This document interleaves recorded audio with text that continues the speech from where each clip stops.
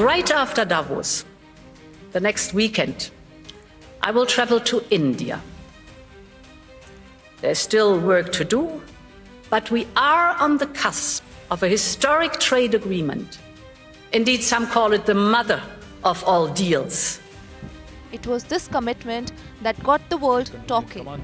India and the European Union are poised to seal what, in the words of the EU chief, is the mother of all deals: the long-pending India-EU Free Trade Agreement.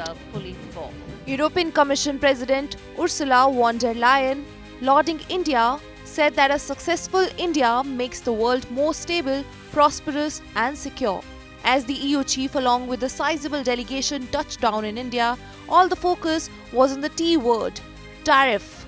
Yes, but most importantly, trade. India has confirmed that the India-EU FTA negotiations have been concluded, and the announcement will take place today. Commerce Secretary Rajesh Agrawal called the deal balanced and forward-looking. The agreement is likely to enter into force next year, and the trade numbers show why this matters. India and the EU together are a global heavyweight. 191.3 crore people, nearly 23% of the world. Their combined nominal GDP is $23.4 trillion, about 21% globally. Together, they account for 33% of global exports and 32% of global imports. So why is this a big deal for India? Well, the gains could be major, especially in jobs-heavy sectors, like textiles, garments, where duties are around 10%.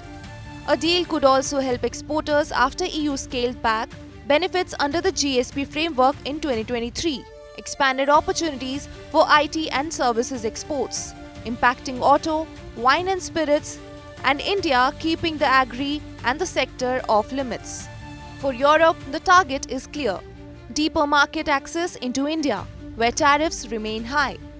So the stage is set for a deal that the world is watching carefully. If sealed, this pact could reshape trade flows for two global heavyweights and unlock the next big chapter in India-Europe economic integration.